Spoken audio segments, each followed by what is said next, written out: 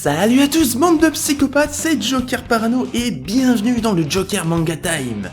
Et aujourd'hui, on parle de jeux vidéo. Mais pourquoi vous voulez parler de jeux vidéo dans une émission sur un manga? Laisse-moi parler et peut-être que tu comprendras.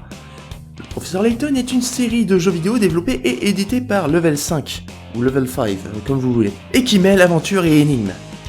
Bon, je sais que c'est pas la série la moins connue puisque c'est devenu l'une des séries phares de la DS, mais si vous n'avez jamais eu l'occasion de toucher à un Professeur Layton, une petite présentation s'impose. La saga du Professeur Layton se compose de 6 jeux et d'un crossover avec Phoenix Wright. Les jeux ont la particularité d'être avant tout un jeu d'énigmes et ces énigmes peuvent être très simples comme ultra compliquées. Et on peut facilement passer une heure sur une énigme sans pour autant la résoudre.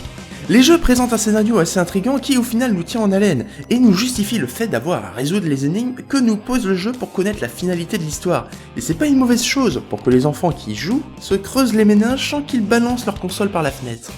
Hormis le crossover, les jeux du Professeur Layton sont sortis dans cet ordre: L'étrange village, la boîte de Pandore, le destin perdu, l'appel du spectre, le masque des miracles et l'héritage des Atlantes.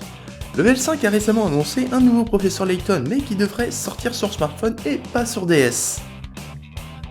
Mais attention, les jeux suivent une autre chronologie, à savoir l'appel du spectre, le masque des miracles, l'héritage des Atlantes, l'étrange village, la boîte de Pandore et le destin perdu. Comme vous vous en doutez, je ne parle pas de ce jeu vidéo dans le Manga Time sans aucune raison. Mais c'est bien ce que je disais, et qu'est-ce que vous faites? Non, pas le placard, non.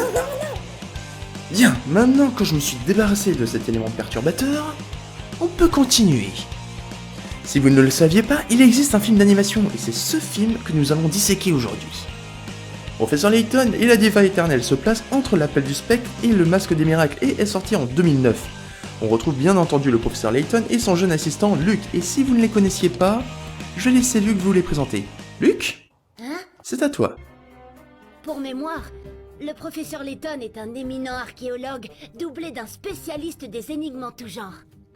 Pour résumer, c'est un véritable gentleman londonien amateur de casse-tête. Pardon, tu peux répéter ? Le Professeur Layton est un éminent archéologue doublé d'un spécialiste des énigmes en tout genre. Pour résumer, c'est un véritable gentleman londonien amateur de casse-tête. Bon, j'aimerais bien comprendre pourquoi un archéologue qui aime les énigmes devient un gentleman londonien. Ça voudrait dire que si Indiana Jones se mettait à résoudre un casse-tête, ça ferait de lui un gentleman ? Mais bon, continue. Moi, je suis Luc, son assistant. Je m'occupe de classer les requêtes et autres problèmes qu'on lui envoie.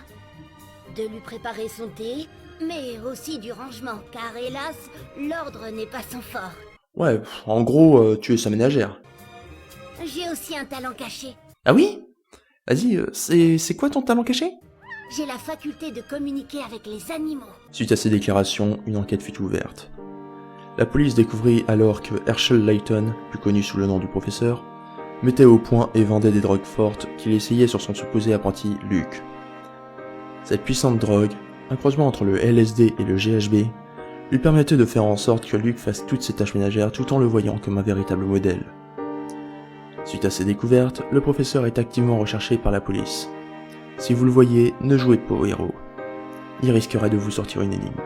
Bon, je rigole, après tout, c'est un film grand public, et je me souviens avoir regardé quelques dessins animés où les personnages parlaient avec les animaux quand j'étais petit. Mais voyons comment Luc communique avec eux.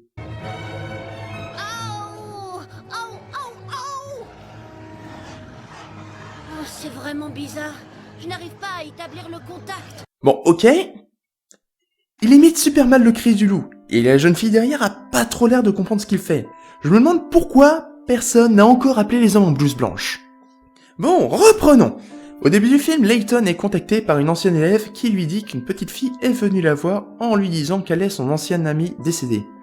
La petite fille prouve ses dires en lui parlant de souvenirs qu'elles ont en commun, et qui s'avèrent justes. Bien entendu, vu que le professeur est un gentleman, il décide d'aider son ancienne élève, Janice, en allant la voir à l'opéra pour qu'elle lui donne plus de renseignements. L'opéra, composé par le père de l'ancienne amie de Janice, qui ressemble pas mal au Usopp de One Piece mais en plus vieux, parle du royaume d'Ambrosia qui aurait découvert l'élixir de jouvence.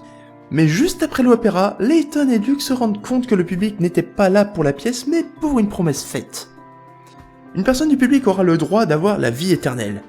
Mais pour gagner ce privilège, il faudra d'abord gagner à un jeu présenté comme une suite d'énigmes. L'opéra s'avère être un bateau et nos héros n'ont plus d'autre choix que de participer au jeu pour savoir qui l'organise. Bon, mis à part le fait que je me demande comment le mec a pu cacher un aussi grand paquebot sous un opéra, je dois avouer que l'histoire commence assez bien. Le mystère est posé, on se demande qui tire les ficelles, pourquoi une petite fille a les souvenirs d'une défunte, et surtout, pourquoi Luke parle avec les animaux, même si ce dernier point n'est pas expliqué dans le film. En regardant le film, tout comme lorsqu'on joue aux différents jeux, il y a un truc qui nous saute à la figure. Tous les personnages ne sont pas détaillés de la même manière, certains sont mieux dessinés que d'autres, mais le pire reste le professeur. Non mais sérieusement, avouez qu'ils ne se sont pas foulés pour le dessiner. On fait un gros visage, 2 petits points et ça y est, on l'a. Ça limite, si on n'a pas plus de détails sur Koro Sensei, d'Assassination Classroom.